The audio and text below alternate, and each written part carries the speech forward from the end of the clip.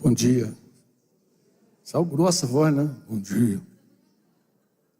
Bem, amados, que a paz de Cristo seja com o teu coração. Eu estava procurando a minha esposa. Alguém a viu por aí? É que ela sumiu logo na entrada. Alguém raptou e levou e acabou. Procurei, ela está ali. Também é pequenininha, é mais difícil de achar, né?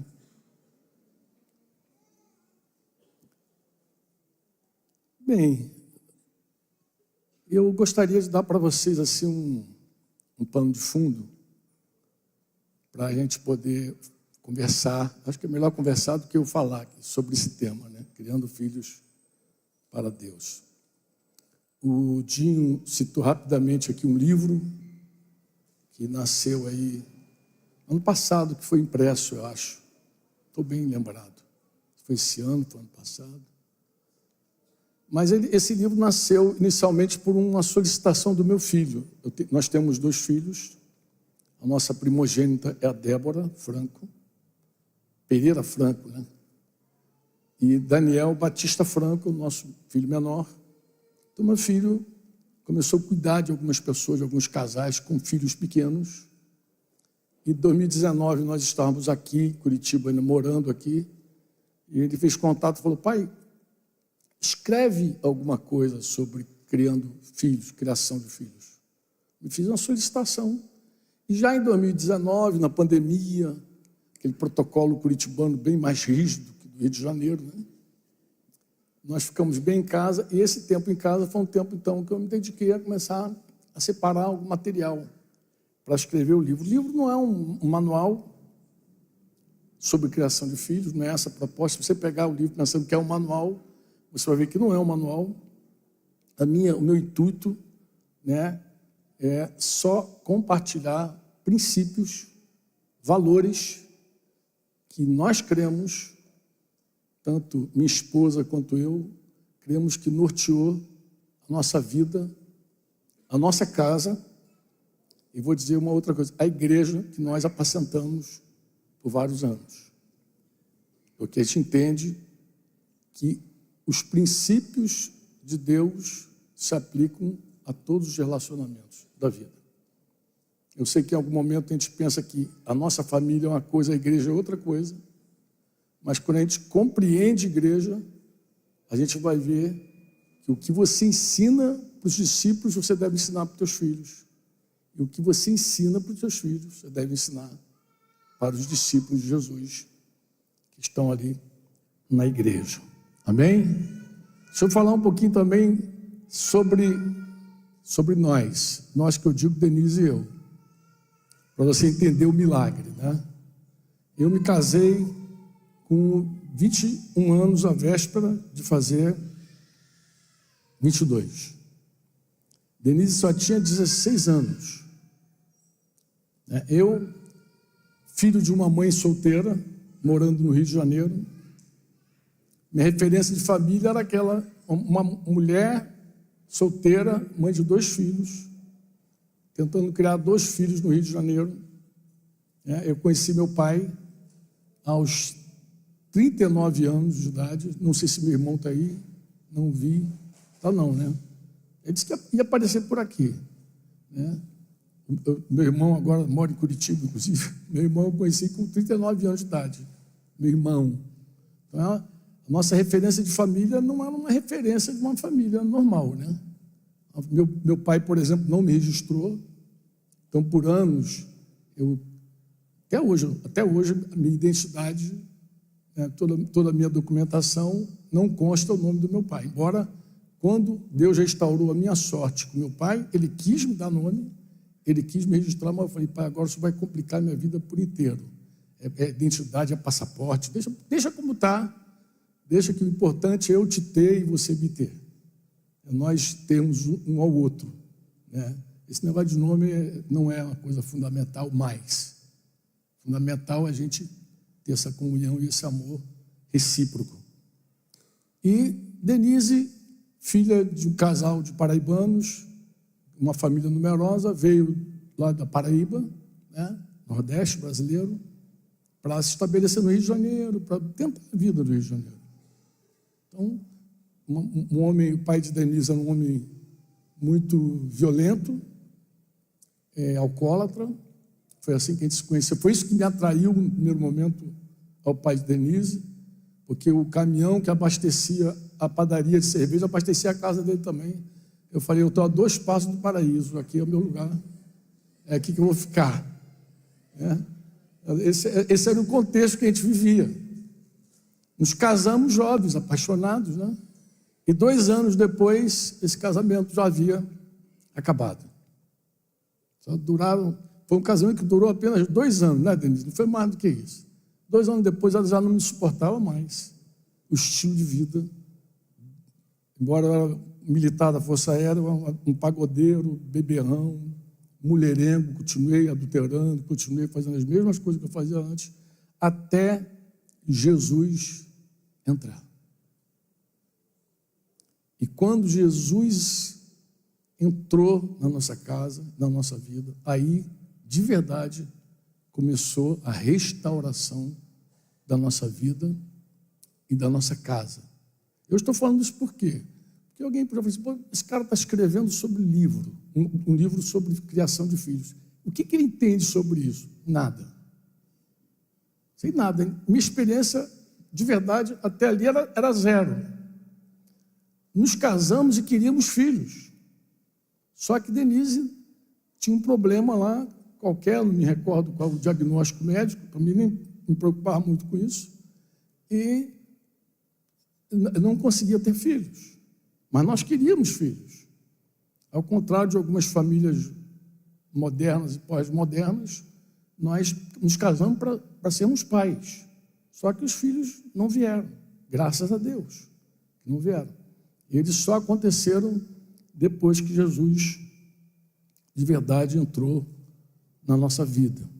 É uma coisa muito impactante, porque assim, o que eu quero destacar? Eu queria destacar um texto contigo de um Salmos, para começar a nossa conversa. Porque assim que nós nos convertemos, claro, quando a gente se converte, a gente fica apaixonado por Jesus e a Bíblia se torna o nosso livro. É assim ou não é?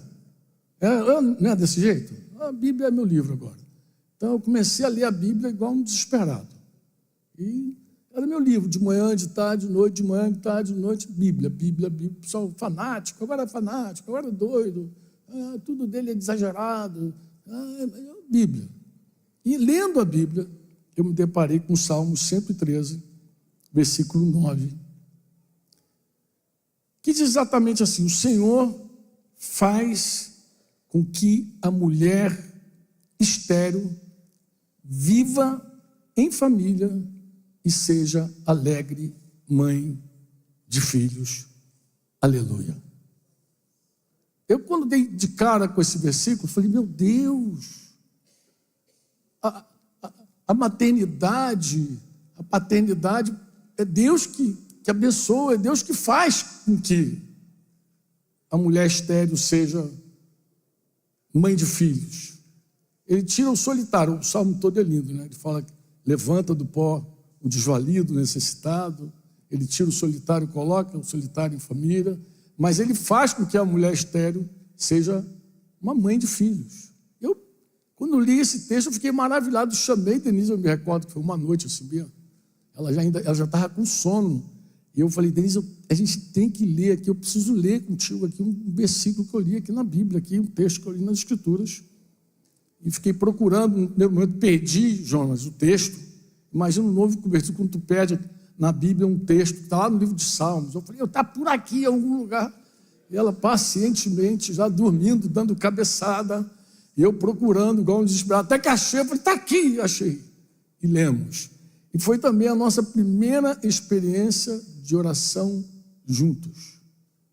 Até então, nós não tínhamos experimentado orarmos juntos. Ela de um ladinho da cama, eu do outro ladinho, fizemos dois novinhos ali, de joelhinho no chão ali, e ali pedimos filhos. Pedimos que Deus cumprisse essa palavra. E passado um tempinho, Denise disse que a menstruação dela não estava vindo. Eu falei, você está grávida? Ela, mas a mulher, depois que ela faz alguns testes e dá negativo, ela fica meio traumatizada, né? Falei, você está grávida, menina. Pode. Mas ela foi ao médico, uma médica, e a médica disse que não estava grávida, não, que era impossível. Tal. E ela voltou, eu falei, não, filha, você está grávida. Você pode trocar de médica.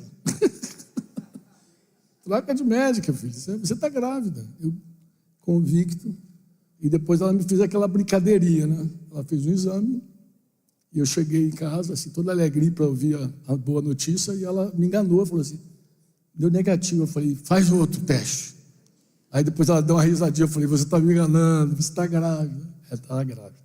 Da nossa filha Débora, que nasceu um dia depois de Anderson Paes, uns dias exatos de Anderson Paes. Nós cantávamos no mesmo grupo musical, você vê com essa voz de baixo, né? As ondas atendem. E cantava no mesmo grupo dos pais do Anderson Paes. E a Lena ficou grávida do Anderson, Denise ficou grávida de Débora. Anderson nasceu num dia, Débora nasceu no outro dia, 7 de fevereiro de 1986. Né? Depois, uns anos depois, minha esposa recebeu uma profecia. Uma reunião de oração, algumas senhoras, uma irmã se levantou e disse, olha, Deus vai te dar um filho, vai te dar um filho, vai passar também um vento na tua vida, vai fazer um movimento estranho, mas foi exatamente uma palavra de Deus, se cumpriu. Aí no dia 18 de abril de 1990, nasceu o nosso filho Daniel, esse que pediu para eu escrever esse livro. Né? E quando Débora nasceu, aí é o primeiro grande desafio. Né? O que a gente vai fazer agora? Deixa eu pegar carona com os pastores que estão aqui. O William está aí, já viu? Tem um pastor aí, carioca, que está em São Paulo agora, meio perdido. Deixa eu falar com os pastores, uma coisa que eu queria chamar a tua atenção. É muito interessante, porque eu li algo que me chamou a atenção, que me fez lembrar desse momento quando a nossa filha nasceu. O nascimento de uma criança, e agora nós somos avós de 5 netos, a gente entende isso melhor, que quando é avô parece que você aproveita mais tudo. O nascimento de uma criança gera em nós um entusiasmo muito grande. É uma expectativa, está grávida, aquela emoção toda. Quando nasce, é uma festa. É assim ou não é? Você celebra o nascimento. Mas passado algum tempo, não sei quanto tempo, esse entusiasmo dá lugar a um cuidado. E agora? O que eu vou fazer com essa criatura? E agora? O que a gente faz? Como criar essa criança? Aí, aquele entusiasmo é substituído por uma certa preocupação, que liga, aí fica ligando para a médica toda hora, perguntando a mesma coisa, doutora, aí liga para a avó, que sabe tudo sobre criança, liga para a mãe, né? Substitui. Não, por que eu estou falando com os pastores? Porque eu creio que a igreja vive uma experiência muito semelhante. Nós temos muito entusiasmo quando as pessoas nascem de novo, se convertem entre nós. Mas muitas comunidades não sabem o que fazer depois que elas nasceram. E agora, como a gente vai fazer com essa criatura nova convertida que tem entre nós? E dá um branco, dá tela azul, dá um nome que você quiser. Às vezes a pessoa não sabe e fica... Tem gente que fica, deixa aí no meio da galera, vamos produzir mais bebê, vamos atrás de mais bebê. Parece que o nosso entusiasmo tem que se manter vivo sempre com mais crianças e sem entender o que vai fazer com aquela que já nasceu de novo. Mas esse é outro capítulo, esse é outro tema, esse é outro seminário, sei lá, outra coisa, outro livro, né?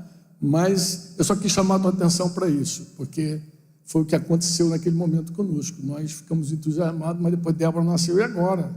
E agora, Denise, o que a gente vai fazer? Esse é o desafio grande de criar filhos, né?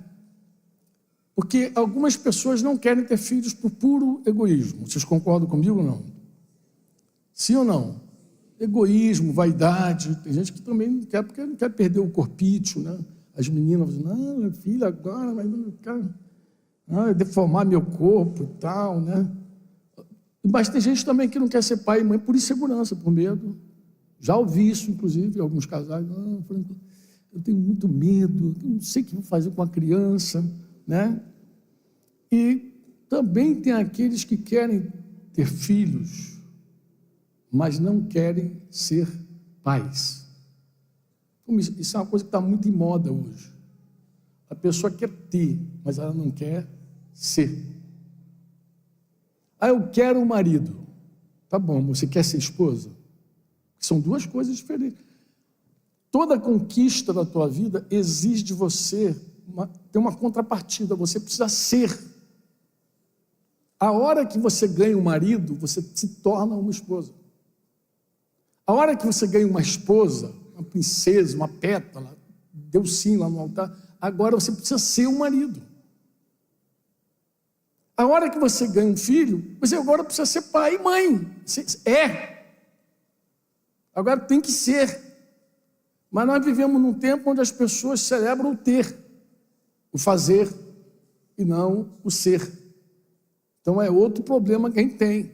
É gente que quer ter filhos e ostentar como um troféu. Por isso que terceiriza a formação dos filhos. Bota de manhã na escola, bota de tarde, bota de noite, não sei onde, bota essa criança em qualquer lugar. E só quer a criança na hora de passear e apresentar e mostrar igual um troféuzinho, é meu filho. Mas não se dá realmente ao trabalho de criar, porque filho dá trabalho. Exige que você seja, que você se dedique, que você se aplique, que você se entregue. Mas, na verdade, tudo é assim. Esposa também. Quer casar? Vai gerar responsabilidade, vai exigir de você. Marido, igualmente. Tudo é assim. Na vida, tudo é assim. Tudo que você conquista, de fato, se não é para ostentar, se não é para ficar tirando onda, como diz o carioca, se não é para ficar tirando onda por aí, vai exigir de você o ser. O ser. E o nosso desafio era esse. Nós precisávamos ser pais. E sabia alguma coisa? Não. Minha referência é essa que eu falei com vocês. 2 anos depois de casamento, quando o casamento acabou, Jesus entrou e que restaurou a nossa vida. Mais meses depois, Denise estava grávida. 1 ano e pouquinho depois, 86, eu me converti em 84, dezembro de 84. Em fevereiro de 86 já era pai. O que você sabia? Nada. E o que cooperou com a tua vida, Franco? Eu vou falar para você. Efésios 6,4 é um dos poucos versículos da Bíblia, poucos, eu falo sério com vocês, poucos, do Novo Testamento, inclusive, que fala sobre criar filhos. Um dos poucos, não são muitos. Você não abre a tua Bíblia e diz, agora tem um capítulo, uma carta que foi dedicada só sobre criar filhos. Abra aí. Não tem. Eu te confesso que no começo até fiquei assim, engraçado, a Bíblia podia ter mais recurso. E não tem tanta coisa específica, que seja específica. A gente está acostumado com passo a passo, né? Passo a passo, dá 1, dá 2, não tem. Tem poucos versículos que você destaca e diz assim, pô, esse é para o filho, esse é um deles. Né? E vocês, pais, não provoquem os seus filhos a ira, mas tratem de criá-los na disciplina e na admoestação do Senhor. E aqui eu vou abrir meu coração de novo com vocês, abrir mesmo. Tá? Eu sou de um tempo que conteúdo para a família era raro, era pouco. Se você investigar 1986, era pouquíssima coisa. Hoje você tem Universidade da Família. Hoje, naquela época, só havia um único homem que tinha um material para a família. Um missionário da CEPAL, um americano chamado Jaime Kemp. Jaime Kemp, ele desenvolveu um ministério chamado Lar Cristão. E o primeiro contato que nós tivemos com o assunto que falava sobre criar filhos foi Jaime Kemp. Foram umas fitas VHS, assim, que talvez alguns nem tenham ideia do que seja, não sei qual é a tua idade. Mas fita VHS, a gente colocava aquela fita VHS, sentava lá e comia aquele conteúdo para dizer assim, agora eu preciso saber como vou ser pai, como vou ser mãe, como nós vamos criar nossos filhos. E o Jaime Kemp, com aquele sotaque dele, bem americano, falando português ainda muito arrastado.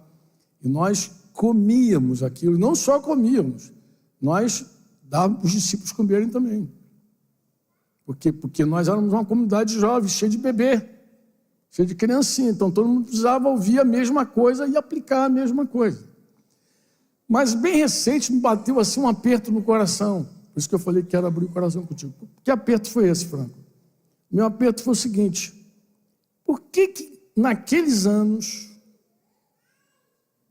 o material era pouco e a gente tinha tantos pais dedicados mesmo, focados em criar filhos, e hoje com tanto conteúdo parece que os pais estão vendo borboleta?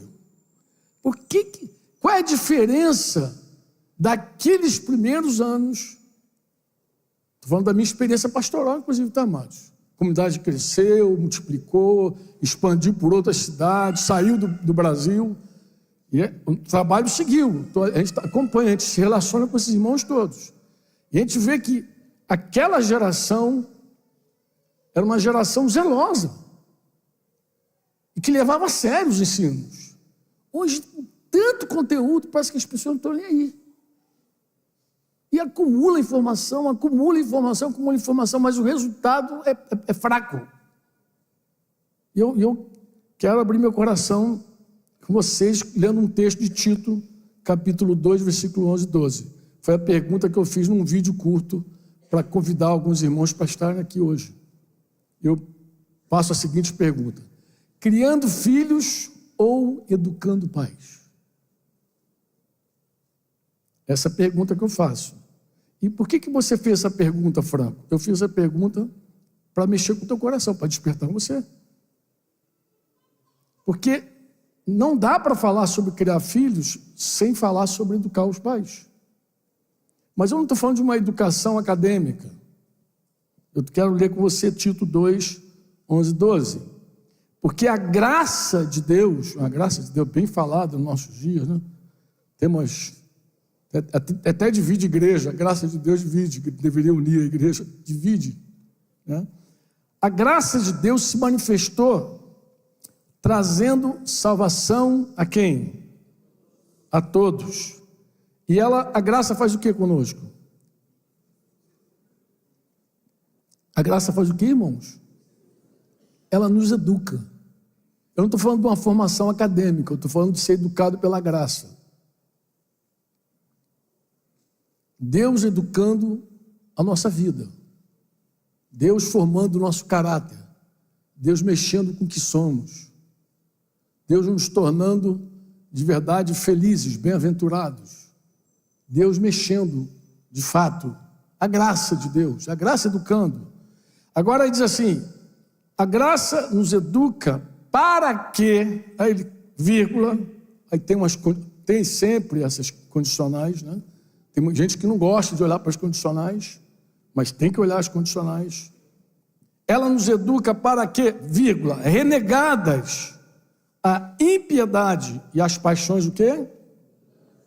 Mundanas. Então a gente tem que renegar. A graça nos educa, mas a gente tem que negar mais de uma vez, renegar, seguir negando, renega a impiedade e as paixões mundanas. Aí sim, vivamos neste mundo como? De forma sensata, justa e piedosa. Então, vamos falar sobre os pais, porque para mim esse é o ponto principal, tá, amado? É você que é pai e você que é mãe. Se você não muda, teus filhos, eles podem ficar à deriva. Me avisa quando tiver meu tempo chegando aí. Já deu, já? Tá legal. Então vou deixar aqui uma pausa para a gente voltar com um segundo tempo. Tá? Ela não quer pausa não, irmão. Aqui não quer pausa. Estou brincando. Dá para falar rápido, também acho. Se você não muda, teus filhos ficam à deriva. Eles estão à mercê de alguém que vive ainda segundo as paixões do mundo, com a mentalidade mundana. E quando eu falo mundana, eu não estou me referindo àquela vida que eu levava, não, de pagodeiro, aquela boca sem dente que eu beijava. Não. Eu estou me referindo à mente mundana, humanista, dessas ideologias modernas e antigas também, mundanas. Eu estou falando desse tipo de coisa. Quando você não renega isso, você não se abre para a graça te educar e te formar outra pessoa. E você não sendo outra pessoa, teu filho fica sem referência, sem modelo. Ele vai ter que encontrar na igreja alguém que seja um pai para ele, uma mãe para ele. De verdade, eu estou falando isso sério, como pastor. Eu já perdi as contas de quantas conversas com jovens, filhos de crentes, a gente precisou ter, em algum momento, até assumir um papel assim de pai.